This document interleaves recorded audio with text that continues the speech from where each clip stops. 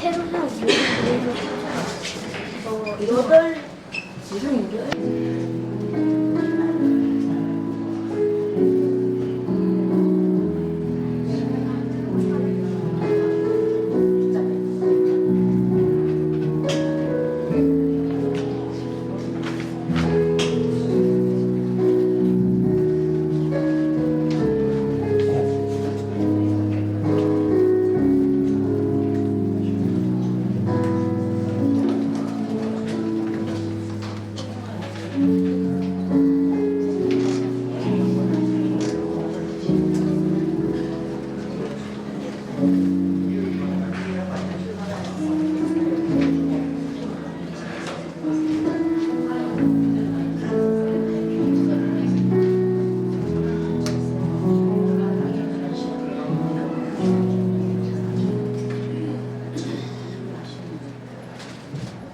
일어나셔서 이제 찬양 올려드리겠습니다.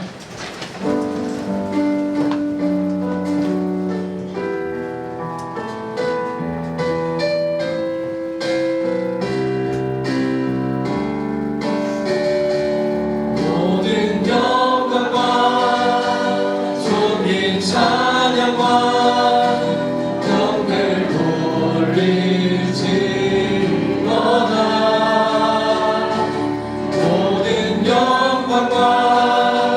존귀 찬양과 경배를 돌릴지어다. 모든 영광과 존귀 찬양과 경배를 돌릴지어다.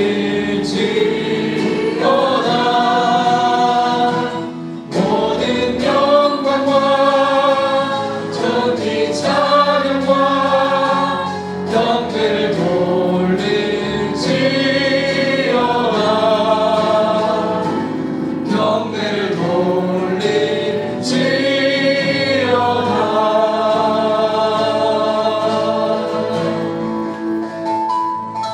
네, 함께 해주셨습니다.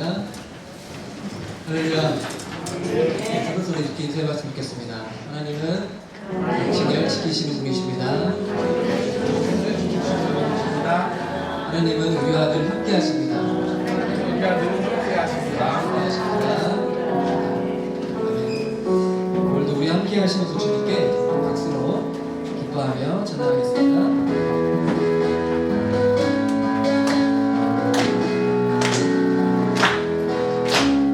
나의 등 위에서 나를 도우시는 주, 나의 인생 길에서 지치고 떠나요. 매일처럼 주저앉고 싶을 때 나를 밀어주시네. 다시 한번 나의 등 위에서 나를 도우시는 주, 가만히 기회를 할 때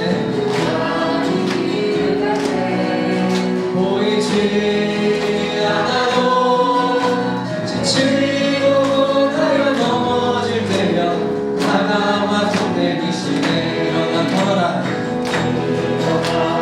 걸어라 내가 그 힘을 주리니. 일어나 걸어라 내 너를 도우리. 나의 등 위에서 나를 도우시는 주,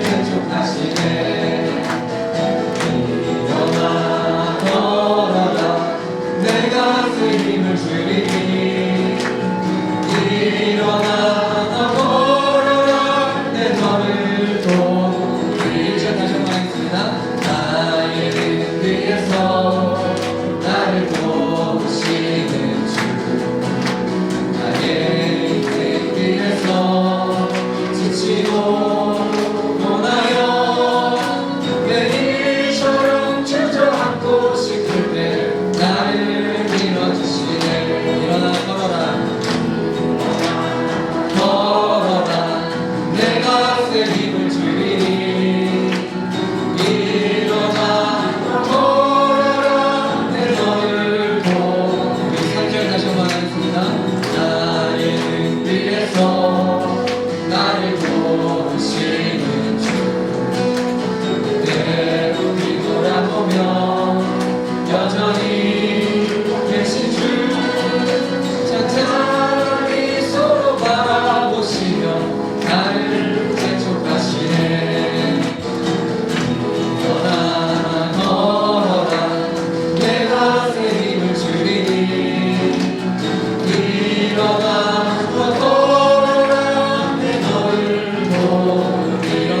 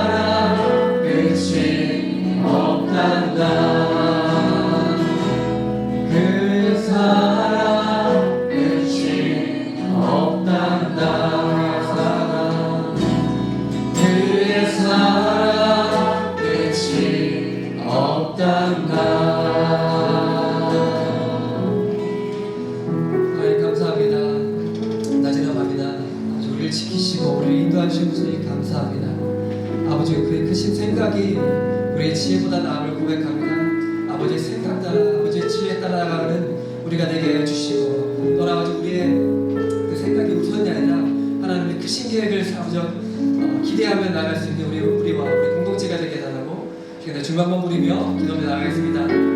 주님 아버지 감사합니다. 오늘도 우리를 인도하여 주시고 아버지 오늘 이 자리 가운데 있는 아버지 나의 도움이 아닌 아버지 온전히 주일 수 없는 고백합니다. 아버지 나의 계획 따라 가시는 시간에 아버지 크신 주님의 생각 따라 말씀해 주시옵소서. 아버지 마음의 위로하면서 우리의 나아가는 우리의 시대를 되게 해주시고 우리 공동체가 되게 해주시옵소서. 아버지 생각 따라가서 우리 같이 따라갈 수 있게 해주시옵소서. 감사합니다. 아버지 하나님, 한 주간 동안도 저희들을 지켜주시고 오늘도 주님을 예배하는 자리로 저희를 불러주신 아버지 하나님 감사합니다. 어떤 마음과 어떤 형편과 어떤 상황 가운데 있다 할지라도 이 시간 우리의 마음을 모아서 주님을 예배합니다. 우리의 마음을 모아서 주님을 바라봅니다. 주님, 우리에게 임하셔서 말씀하여 주시고 변하지 않는 진리의 말씀이 우리의 삶의 중심이 되게 하시고 우리가 그 진리를 붙들고 세상 가운데 담대함으로 나아갈 수 있도록 우리와 함께하여 주옵소서. 깨지고 상한 마음을 가지고 선이들이 있습니까? 좌절과 절망을 경험했던 자들이 있습니까? 아무리 노력해도 풀리지 않는 그런 문제를 가지고 온 이들이 있습니까? 오늘 십자가 앞에 그 모든 것들을 내려놓을 때 수고하고 짐진 자들아 다 내게로 오라 내가 너희를 쉬게 하리라 약속하신 그 주님께서 도와주시고 해결하여 주시고 모든 것이 풀려지는 역사가 이 예배를 통해서 임하여질 수 있도록 아버지 하나님 함께하여 주옵소서.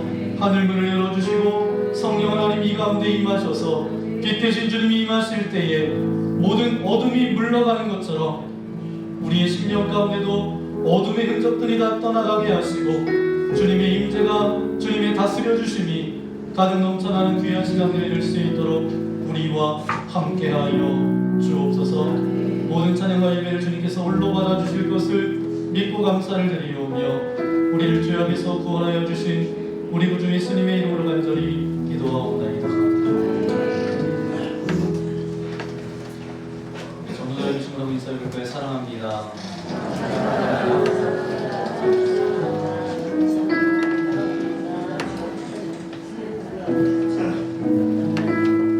우리는 축복을 줄 수는 없지만 그 통로로 쓰임 받을 수 있음을 분명히 믿습니다. 우리 손을 내밀어서 우리 서로를 바라보면서 함께 축복하며 합니다.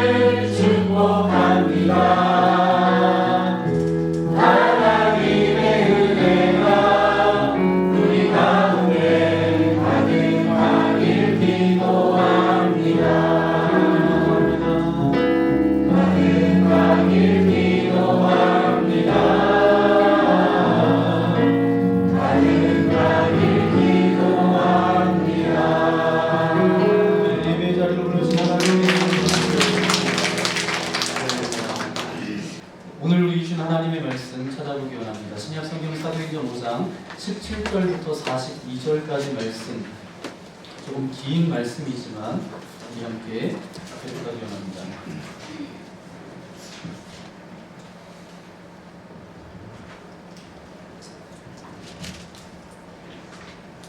제가 17절부터 18절 읽어가겠습니다. 대제사장과 그와 함께 있는 사람, 즉 사두개인의 남가가 다 마음의 시기가 가득하여 일어나서 주의 사자가 밤에 옥문을 열고 끌어내어 이르되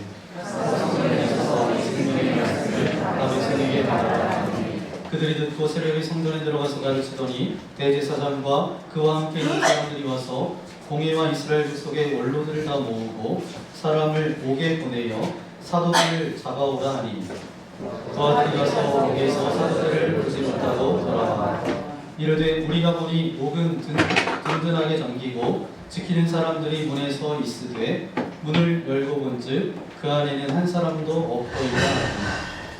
성전에서 사람들이 말을 듣고 미혹하여 이 어찌 될까 하더니 사람이 와서 알리되 보소서 옥에 가서 어떤 사람들이 성전에 서서 백성을 가르치더이다 하니 성전 같은 자가 그들과 같이 가서 그들을 찾아왔으나 강제로 못하면 백성이 돌로 칠까 두려워함이더라.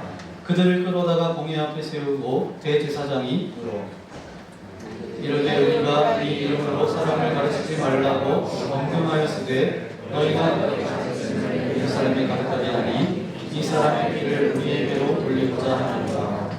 베드로와 사도들이 대답하여 이르되 사람보다 하나님께 순종하는 것이 마땅하니라. 너희가 만일 가르치는 예수를 우리 조상의 하나님이 살리시고 이스라엘에게 회개함과 죄사함을 주시려고 그를 오른손으로 높이사 임금과 구주로 삼으셨느니라. 우리는 이에 주시며 하나님이 자기에게 순종하는 사람들에게 주신 성령도 그러하니라. 그들이 듣고 크게 노하여 사도들을 없이 하고자 할세. 가만히를 율법 교사로 모든 백성에게 존경을 받는 자라 공회 중에 일어나 명하여 사도들을 잠깐 밖에 나가게 하고 말하되 이스라엘 사람들아 너희가 이 사람들에게 대하여 어떻게 하려는지 조심하라.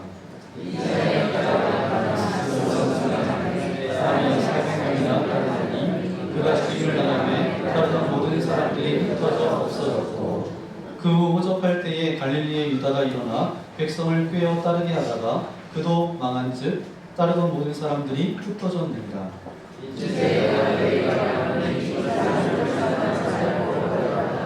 이 사람과 예수님이 사람으로부터 났으면 무너질 것이고 만일 하나님께로부터 났으면 너희가 그들을 무너뜨릴 수 없겠고 도리어 하나님을 대적하는 자가 될까 하노라 하니 사자를 불러들고 채찍질하며 예수의 이름으로 말하는 것을 응하고 사도들은 그 이름을 위하여 능력받는 일에 합당한 자로 여기심을 기뻐하면서 공회 앞을 떠나니라. 그들은 날마다 성전에 있든지 집에 있든지 예수는 그리스도라고 가르치기와 전도하기를 그치지 아니하니라. 아멘. 오늘 사도행전 12번째 말씀 여러분과 함께 나눕니다. 사도행전 5장 17절부터 42절까지 말씀을 가지고 우리 제목을 고백해 볼까요? 하나님의 방법. 이 제목으로 하나님의 말씀을 나눌 때에 여러분 가운데 하나님의 은혜와 축복이 가득한 이 시간 되어지기를 예수님의 이름으로 간절히 축원합니다. 우리 교회 축구팀이 있는데 이름 아세요? FC 만나. 우리 아이들로 구성된 축구팀입니다. 무더운 여름 더위 때문에 이제 운동하기가 쉽지 않았는데 요즘 날씨가 이제 선선해지면서 다시 모여서 열심히 이제 공을 차고 있습니다. 토요일 오후마다 이제 중고등학교 운동장에서 나가보면 아이들이 땀을 뻘뻘 흘리면서 즐겁게 열심히 뛰면서 축구하는 모습을 볼 수가 있습니다. 아이들의 모습을 보는 것만으로도 마음이 그냥 흐뭇해요.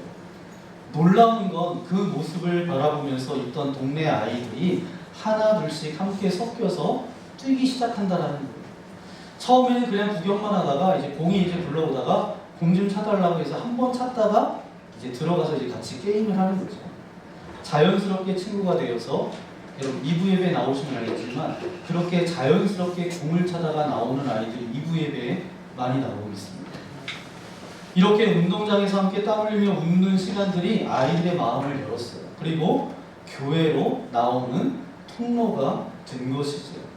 저는 이 일을 위해서 여러분 기도로 그렇게 후원해 주시고 또 물질로 또 교사로 후원해 주신 모든 분들께 감사를 드립니다. 아이들을 사랑의 마음으로 품고 그들의 친구가 되어주고 함께 뛰어주기 때문에 열매가 맺히는 것 같아요. 앞으로도 여러분이 많은 기도와 관심 부탁드립니다. 아멘. 그런데 여러분 아이들이 경기하는 모습을 가만히 보니까 아주 흥미로운 장면을 자주 보게 됩니다. 꼭 수비수 몇 명이 거미줄처럼 달라붙어서 집중적으로 마크하는 공격수가 있다라는 거예요. 마치 손흥민 선수나 아르헨티나의 메시가 그 세계적인 선수들처럼 우리 FC 만나에도 그런 친구가 있습니다. 누군지 궁금하시면 토요일 날 중고등학교 운동장에 오시면 만나볼 수가 있습니다. 왜 하필 그 아이에게만 몇 명의 수비수가 달라붙을까요? 이유는 간단합니다. 언제든 골을 넣을 수 있는 능력이 그 아이에게 있기 때문이죠.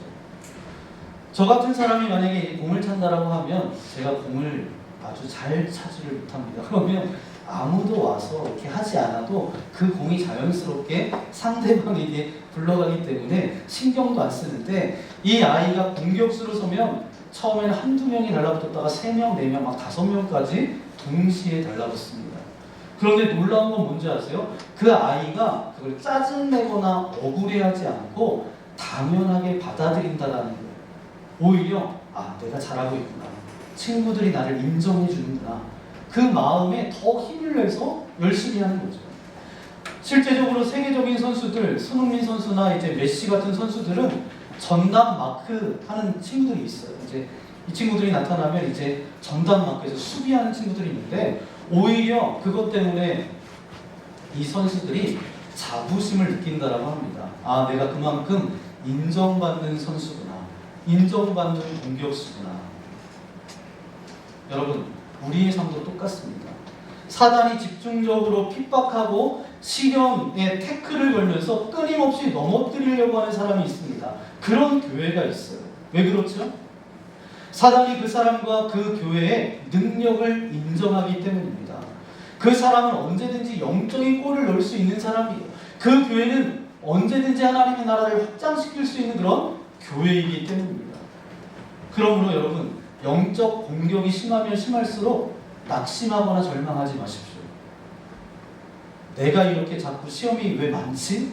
왜 이렇게 어려움이 많지? 왜 이렇게 고난이 많지? 원망하거나 절망하지 마시고 오히려 이렇게 생각하시면 됩니다. 사단이 두려워하는 사람이구나. 내가 사단이 두려워하는 사람이구나. 하나님께서 나를 통해서 큰 역사를 이루시겠구나. 그렇게 나아가는 저 여러분들 되기를 소망합니다. 제가 여러분에게 여쭤볼게요. 지난주에 만약에 처음 저희 교회에 나오신 분이 계세요. 그리고 제가 있어요. 그러면 영적 공격이 누가 더 심할까요? 목사님. 네? 영적 공격이 누가 더 심할까요? 목사님. 다 영적 공격이 있어요. 근데 처음 나오신 새 가족에게도 영적 공격이 있습니다. 왜냐하면 이제 처음 나와서 이제 신앙생활 하려고 하니까 사단이 볼 때 얼마나 밉겠어요. 이제 빨리 이제 마음을 어떻게 흐트러뜨려서 교회 나오지 못하게 해야지. 그런데 목회자는 영적 공격이 더 심한 것 같아요. 때로는 저도 마음이 무겁고 여러 가지 일이 꼬이면서 몸도 지치고, 그래서 이제 저도 힘들 때가 있을까요, 없을까요? 저도 힘들어요. 저도 힘들 때가 있습니다. 그런데 그렇게 이제 힘들고 어려울 때 새벽에 나와서 이렇게 기도하는데 하나님께서 제 마음을 어떻게 바꿔주시냐면 이렇게 바꿔주시는 거예요. 사단이 사람 볼 줄 아는구나. 사람 볼 줄 아는구나. 그래서 집중적으로 나를 공격하는구나. 이 생각이 드니까 오히려 감사하게. 여러분 마음속으로 이렇게 생각하시는 분이 계실지 모르겠습니다. 목사님, 저는 별로 시험도 없고 영적 공격 그게 뭐예요? 별로 느끼지도 못하겠는데요. 그러면 죄송하지만 그러면 부끄러워야 될 일입니다. 아직 사단의 경고 리스트에 여러분이 이름조차 안 올라가는 거예요. 사실 철원만납교회 믿음의 성도라고 한다면 사단의 블랙리스트 3위권은 올라가야 되지 않을까요? 아멘? 네, 별로 올라가고 싶지 않습니다. 그래야 정상입니다. 여러분, 말씀과 기도에 헌신하고 제자 훈련에 힘쓰고 십자가를 지고 주님을 따라가려고 하면 반드시 사단의 견제가 옵니다. 그렇기 때문에 지금 이 시대는 어떤 시대예요? 성령의 시대고 부흥의 시대는 곧 영적 전쟁의 시대입니다. 여러분, 사단이 두려워서 태클 걸 수밖에 없는 강하고 담대한 그리스도인으로 살아가는 저와 여러분 되어지기를 예수님의 이름으로 간절히 축원합니다. 그리고 기억하십시오. 사단의 공격은 크게 올 때도 있고 작게 올 때도 있고 길게 지속될 때도 있고 잠깐 스쳐갈 때도 있습니다. 때로는 가장 약한 부분, 또 방심한 부분, 심지어 내가 가장 의지했던 사람을 통해서 들어올 수도 있습니다. 그러나 두려워할 필요가 없어요. 왜 그런가 하면 요한일서 4장 4절에 이렇게 말씀하고 있습니다. 네, 제가 읽겠습니다. 자녀들아 너희는 하나님께 속하였고 또 그들을 이기었나니 이는 너희 안에 계신 이가 세상에 있는 자보다 크심이라. 아멘. 우리 안에 계신 이가 세상에 있는 자보다 크기 때문입니다. 오늘 말씀은 바로 그런 이야기를 하고 있습니다. 폭발적으로 부흥했던 예루살렘 초대교회에 사단의 강한 태클과 견제가 들어왔어요. 하지만 그럼에도 불구하고 교회는 꺾이지 않았습니다. 오히려 더 강해졌고 더 부흥하며 세상이 감당할 수 없는 그런 능력의 공동체가 되었어요. 지지난주 본문 말씀 제목 기억하시나요? 아나니아 죄송합니다. 어제 먹었던 반찬도 기억 못하시는데 아나니아와 삽비라라는 제목으로 말씀을 나눴는데 그 사건 이후에 초대교회가 얼마나 정결해지고 단단해졌는지 몰라요.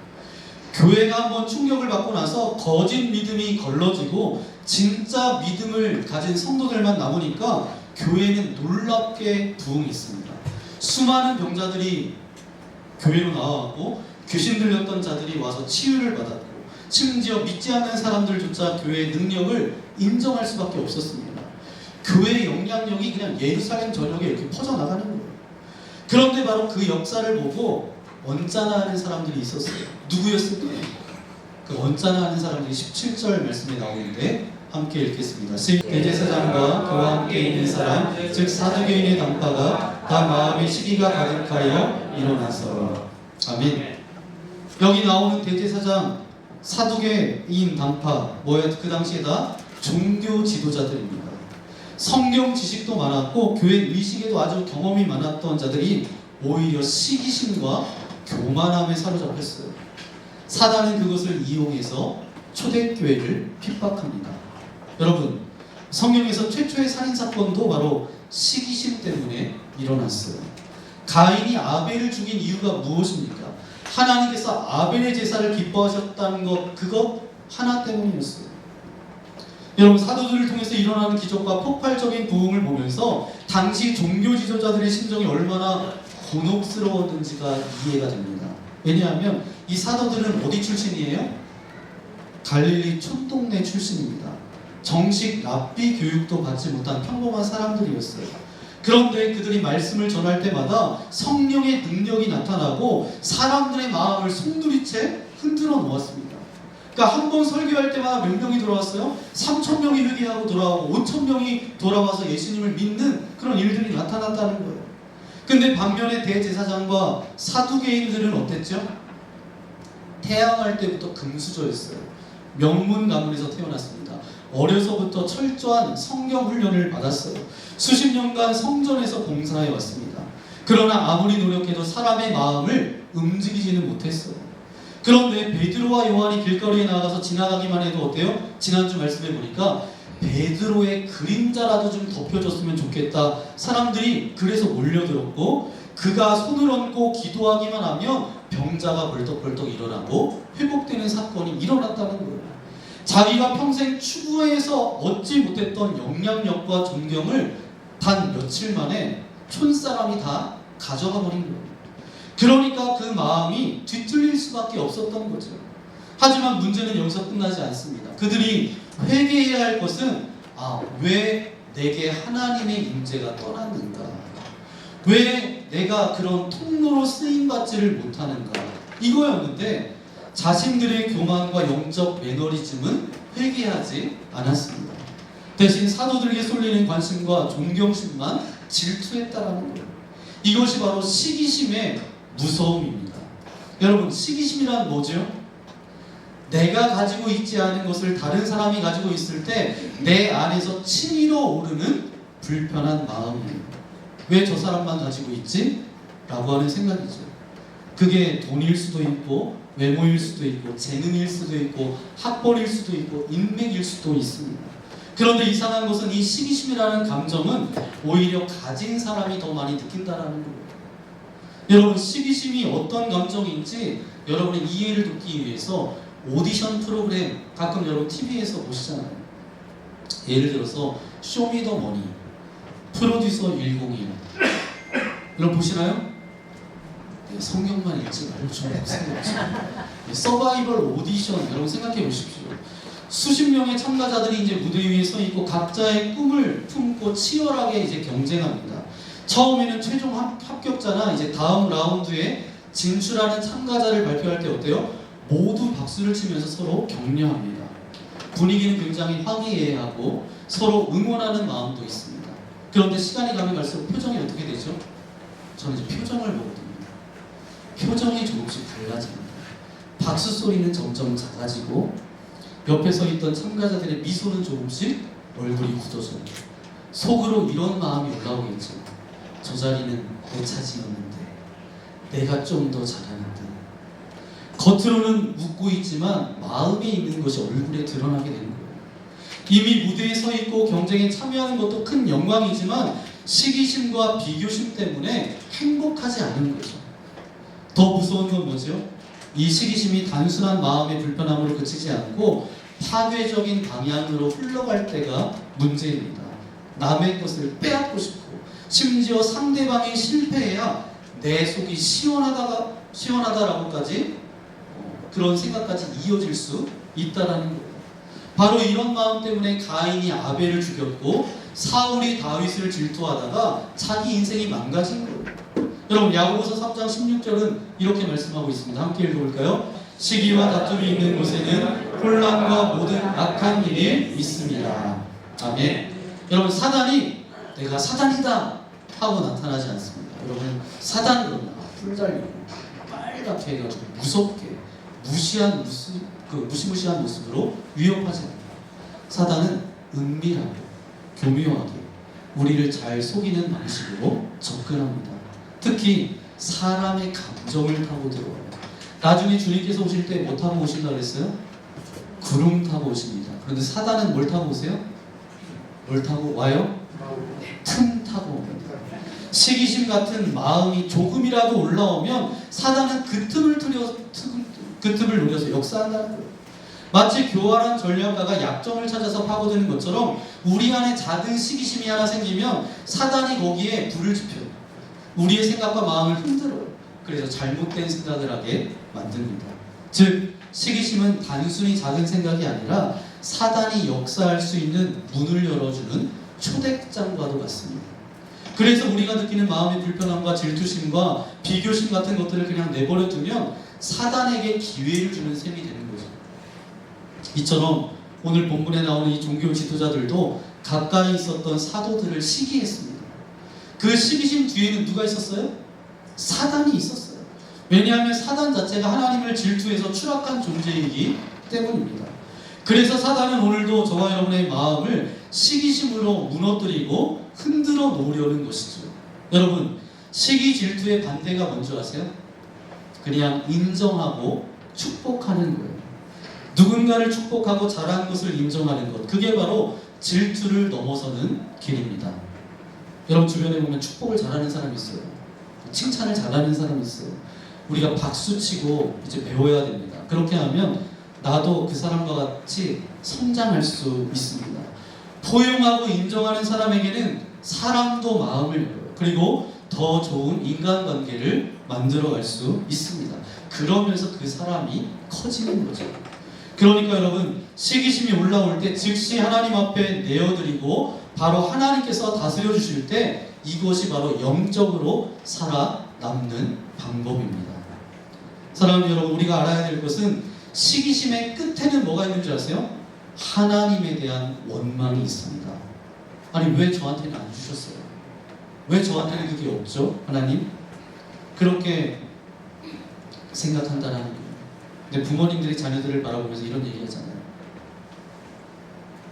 자녀를 바라보면서 열 손가락 중에 안 아픈 손가락이 있다고요? 없다고요? 없다고요. 하나님 아버지, 우리 하나님 아버지도 우리 한 사람 한 사람을 다 사랑하세요. 각자에게 다른 은사와 선물을 주셨는데 우리는 옆 사람과 비교합니다. 옆에 있는 자식과 옆에 있는 남편, 아내와 왜 비교하시죠? 여러분, 남과 비교하면, 남이 가진 것을 질투하면 하나님께 주지 않은 것 때문에 원망하는 마음은 모두 사라져야 합니다. 시기심에서 자유로워져야 하나님께서 맡기신 그 사명을 온전히 감당할 수 있는 거예요. 오늘 성경은 계속해서 말씀하고 있는데 18절부터 20절까지 말씀 읽어볼까요? 사도들을 잡아다가 옥에 가두었더니 주의 사자가 밤에 옥문을 열고 끌어내어 이르되 가서 성전에 서서 이 생명의 말씀을 다 백성에게 말하라. 아멘. 아멘. 명령합니다. 천사가 나타나서 닫혀있던 감옥문을 열어준 거죠. 여러분, 하나님께서는 이렇게 놀라운 방식으로 개입하셨어요.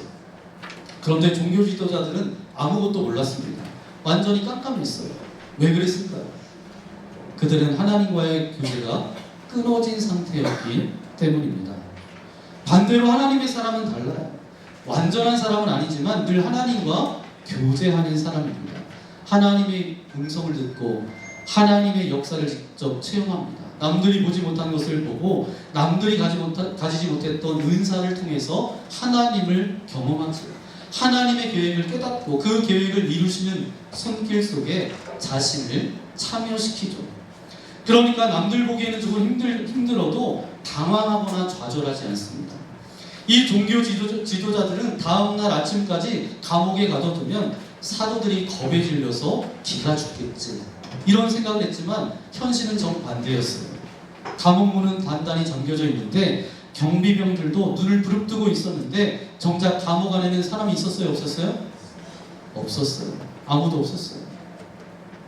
저와 여러분의 인생에도 이런 하나님의 초자연적인 도우심이 있기를 소망합니다. 아, 이건 하나님이 하셨어. 이건 하나님께서 도우셨어. 이렇게 고백할 수밖에 없는 은혜, 이런 은혜를 경험하는 저와 여러분 되어지기를 축복합니다. 그런데 오늘 본문이 길어야 짧아요? 네, 여러분 일주일 동안 성경 못 읽으시다가 오늘 많이 읽으신 분 계실 거예요. 제가 일부러 길게 잡은 이유가 있습니다.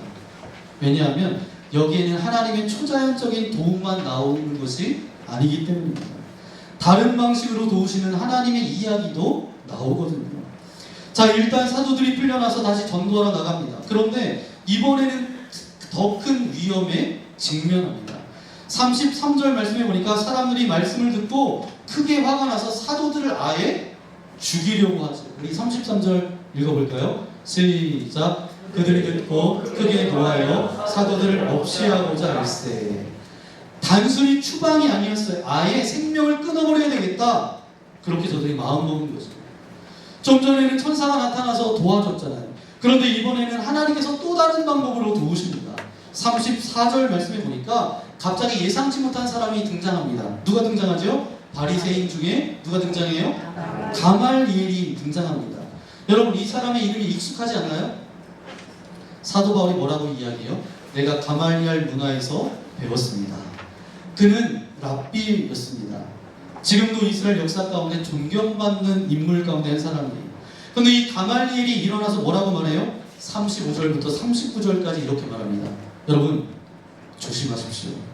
옛날에 드다라는 사람이 있었는데 400명의 추종자들이 있었지만 결국 다 흩어졌습니다. 또 유다라는 사람도 있었는데 많은 사람들이 저를 따랐지만 지금은 다 사라졌습니다. 그러니 이 사람들도 그냥 내버려 두세요. 만약에 이 일이 사람에서 난 것이라면 무너질 거고요. 하지만 만약에 하나님께로부터 난 거라면 우리가 막을 수 없습니다. 오히려 하나님을 대적하는 자가 될 수 있습니다. 이 말을 듣고 사람들이 사도들을 죽이지 않고 채찍질만 하고 풀어주었어요. 여러분, 여기서 중요한 게 뭐죠? 가말리엘을 통해서 사도들이 노임받았다라는 사실입니다. 첫 번째는 누구를 통해서? 천사를 통해서. 두 번째는 누구를 통해서? 가말리엘, 사람을 통해서 풀려났다라는 거예요. 여러분, 가말리엘의 마음을 감동시켜서 일어나게 하신 분도 하나님이신 줄 믿습니다. 아멘? 우리는 하나님의 도우심으로 자꾸 초자연적인 일에만 한정 지을 때가 있어요. 물론 하나님은 초자연적인 일로도 지금도 행하시지만 동시에 사람을 통해서, 환경을 통해서 역사하는 것을 믿으시기 바랍니다. 제가 예화를 어떤 이야기를 드릴 텐데 여러분도 다 이미 들었던 이야기일 거예요. 어떤 독실한 그리스도인이 갑자기 깊은 물에 빠졌어요. 하나님 살려주세요. 그러면서 그 물에 빠졌는데 열심히 기도합니다. 그때 지나가는 배가 왔어요. 빨리 타세요. 아니에요. 하나님께서 구해주실 거예요. 그래서 거절했어요. 조금 있다가 헬리콥터가 와서 사다리를 내리는 겁니다. 어서 타세요. 이렇게 이야기해요. 괜찮습니다. 하나님이 나를 구해주실 거예요. 또 거절해요. 결국 그렇게 거절하다가 물에 빠져 죽었던 거예요. 천국에 가서 하나님 앞에 가서 따집니다. 하나님 왜 저를 구해주지 않으셨어요?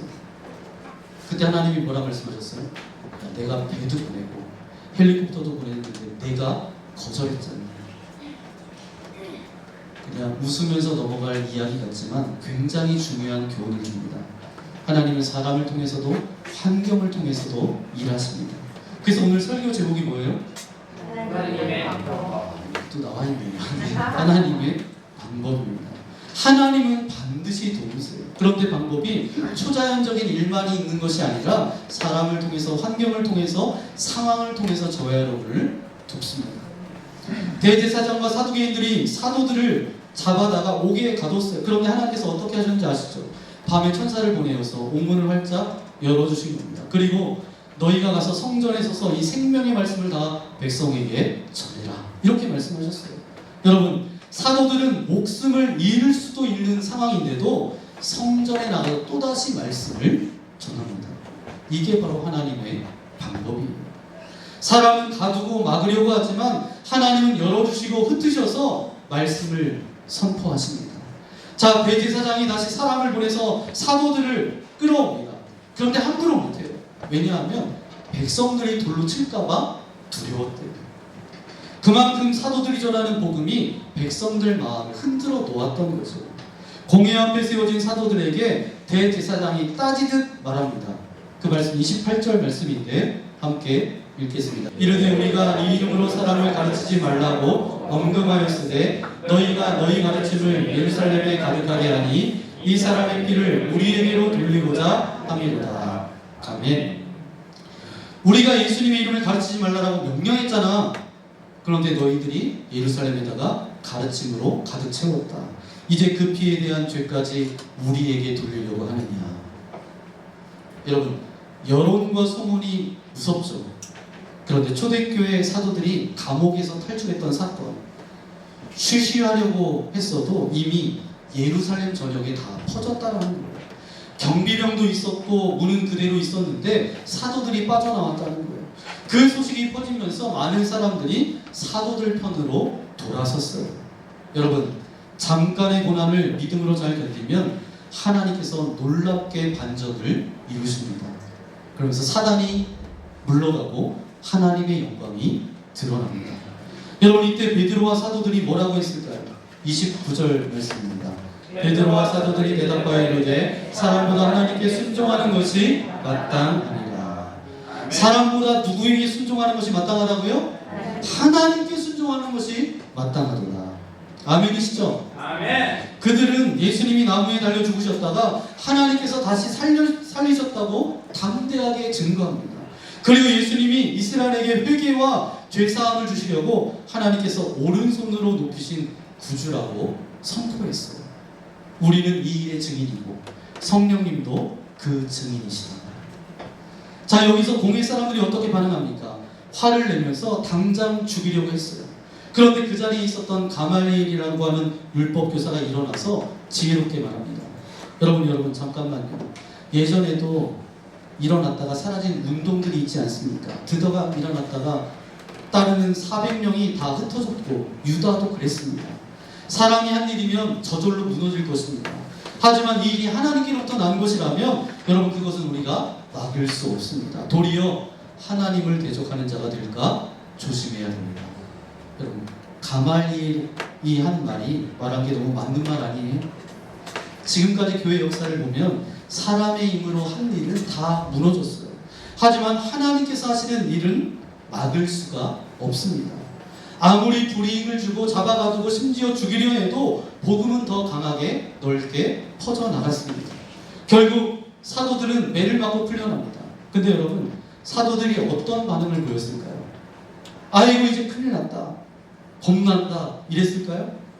아니, 41절 말씀 함께 읽겠습니다. 능력받는 일에 하는 자로 여김을 기뻐하면서 공의 앞을 떠나니라. 아멘. 성경은 말합니다. 이게 바로 진짜 믿음이에요.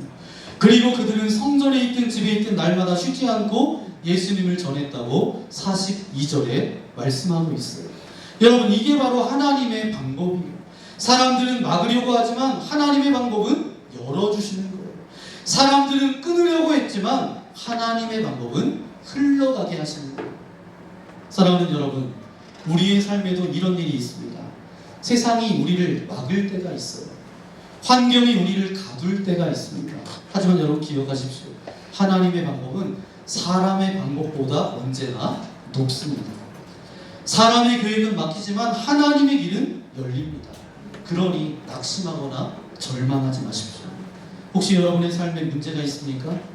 사람의 힘으로 도저히 해결이 안 되는 문제들을 가지고 나오셨습니까? 그렇다면 오늘 말씀을 붙잡으세요. 하나님의 방법은 언제나 열려있는 줄 믿습니다.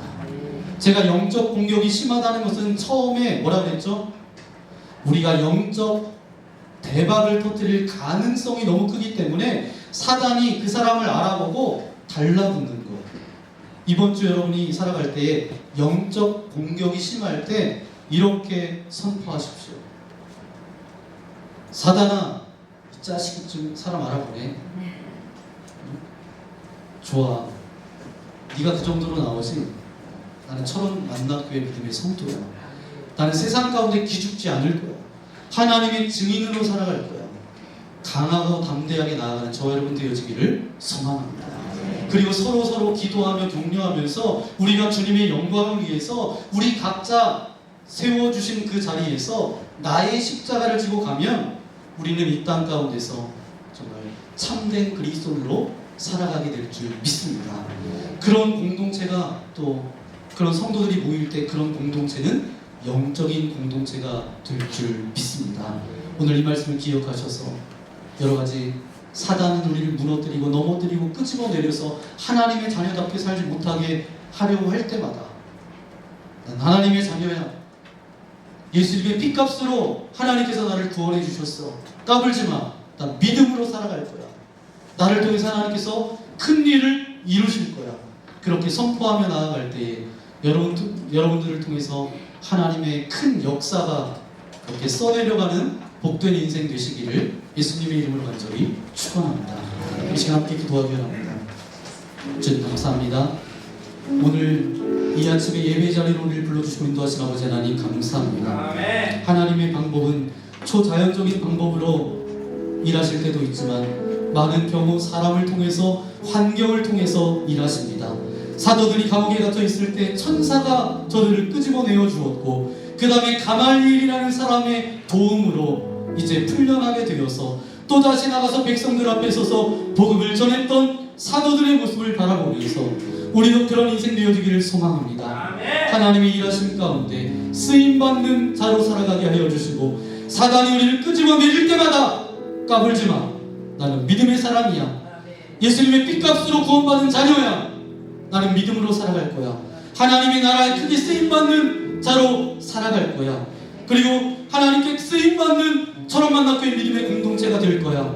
그런 고백으로 나아갈 수 있도록 하나님 우리와 함께하여 주옵소서. 시기와 질투의 마음이 생길 때마다 십자가 앞에 쏟아놓게 하여 주시고 하나님의 다스림 가운데 다시 하나님의 말씀을 붙잡고 믿음으로 나아갈 수 있도록 나와 함께 해달라고 오늘 말씀을 생각하면서 우리 주여 한번 부르고 함께 기도하겠습니다. 주여! 귀하신 주님 감사합니다. 우리를 이곳으로 불러주시고 인도하시고 함께하신 아버지 하나님 감사합니다.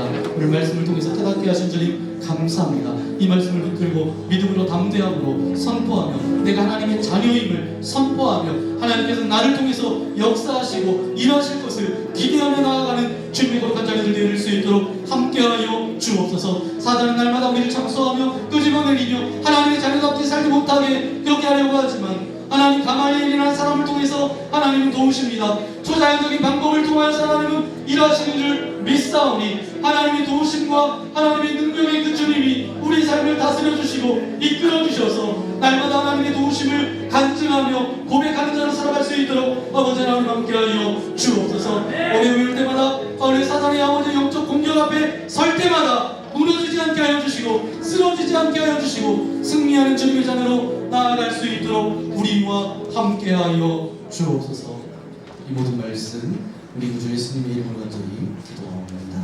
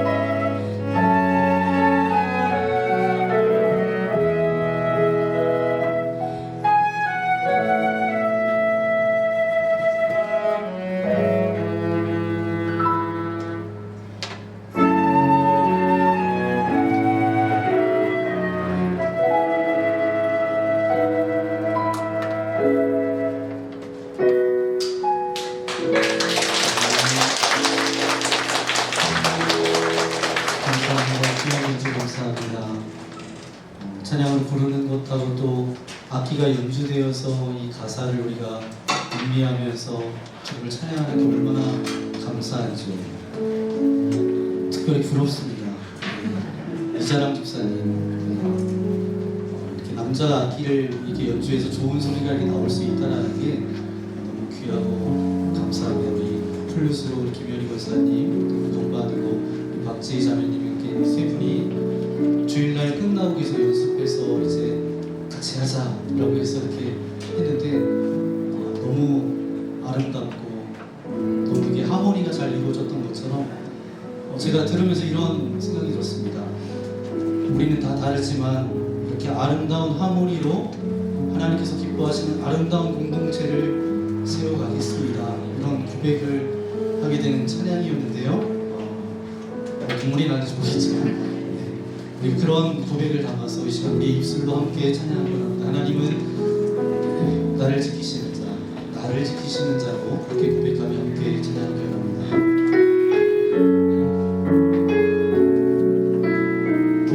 하나님은 나를 지키시는 자, 하나님은 나를 지키시는 자. 여러분의 가슴에 손을 얹고 함께 찬양합니다.